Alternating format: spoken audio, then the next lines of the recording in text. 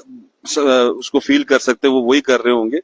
लेकिन फिर भी मैं कहना चाहूंगा कि डिस्ट्रिक्ट एडमिनिस्ट्रेशन से कहना चाहूंगा, और खास करके हमारे जो सीएम हैं उमर अब्दुल्ला, उनसे भी रिक्वेस्ट करूंगा, और जो हमारे एमपी हैं जतिंदर सिंह जी यहाँ के एमपी हैं, उनसे भी रिक्वेस्ट करूंगा कि एक खास करके जो पहाड़ी इलाका है, हमारा पहाड़ी क्षेत्र है, इसके लिए एक अलग से कमेटी फ्रेम की जाए, जो भी डिजास्टर की कमेटी है, और उसमें स्पेशल जो रिलीफ पैकेज है क्लाउड बर्स्ट के लिए।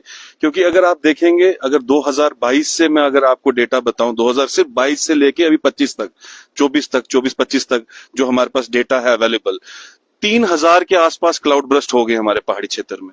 मैं पूरे हिमालय की बात कर रहा हूँ, जो हमारे पड़ोसी जो राज्य हैं हिमाचल प्रदेश, उनकी भी बात कर रहा हूँ। तो 3000 अगर क्लाउड बर्स्ट हुए हैं, और कितनी इनोसेंट लाइफ्स हमारी इस क्लाउड बर्स्ट में जा रही हैं, तो हमें ये भी समझना होगा कि ये जो कुदरत है, नेचर जिसे हम बोलते हैं, ये ऊपर वाले की देन है, ऊपर वाले ने बनाया है। लेकिन आज इंसान इतना अंधा हो गया है कि वो जो उसकी पॉलिसीज हैं, इकोनॉमिक पॉलिसीज हो या डेवलपमेंट पॉलिसीज हो, जितनी भी वो पॉलिसीज बना रहा है, आप देख रहे हैं, वो सोच ही नहीं रहा है कुछ। वो सोच रहा है कि बस मैं ही मैं हूं और कुछ नहीं है। इतना घमंडी और इतना अंधा आज इंसान हो गया है इस डेवलपमेंट को लेके, इस इकोनॉमिक पॉलिसीज को लेके। तो उस वजह से क्या हो रहा है कि हम धड़ाधड़ पहाड़ काट रहे हैं, धड़ाधड़ हम रोड टनल्स बना रहे हैं, जंगलों को काट रहे हैं, उसके बाद हम पोल्यूशन कर रहे हैं, बहुत सारी चीजें हम कर रहे हैं, और कल के बारे में नहीं सोच रहे, इन चीजों के बारे में नहीं सोच रहे।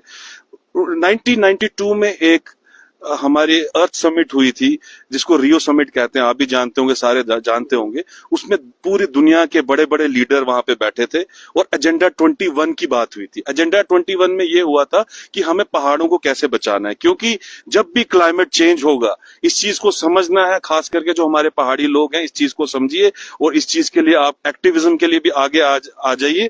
जब भी क्लाइमेट चेंज होगा, उसका सबसे ज्यादा जो असर होगा वो पहाड़ों पे होगा। वो क्यों पहाड़ों पे होगा? क्योंकि जब टेम्परेचर बढ़ता है, बारिश होगी, और नुकसान कहाँ होगा? पहाड़ी इलाके में होगा। तो मैं इतना नहीं गहराई में जाना चाहता, बस मैं एक छोटा मैसेज पैगाम लोगों को दे रहा था इस चीज के लेके। मैं इंतजामिया से और जो हमारा डिस्ट्रिक्ट एडमिनिस्ट्रेशन है, इनसे यही अपील करूंगा कि इंस्टेंट रिलीफ जो हो सकता है, जो इंस्टेंट रिलीफ, जैसे अभी मैंने कहा, जिसका बच्चे चले गए, कपड़े तक नहीं है पहनने के लिए, रहने के लिए मकान तक नहीं है, तो उसको इंस्टेंट रिलीफ जो है वो दिया जाए, उसको रहने का उसका ठिकाना बनाया जाए, उसको राशन दिया जाए, ताकि वो अभी जो त्रासदी का जो आफ्टरवर्ड जो पीरियड है अभी 3-4 दिन से, जो और आगे भी वो गुजारा कर सके। और साथ ही साथ मैं कहूंगा, जो एग्रीकल्चर और हॉर्टिकल्चर की टीम्स हैं, वो भी यहाँ पे जो है, डीसी साहब जितना भी नुकसान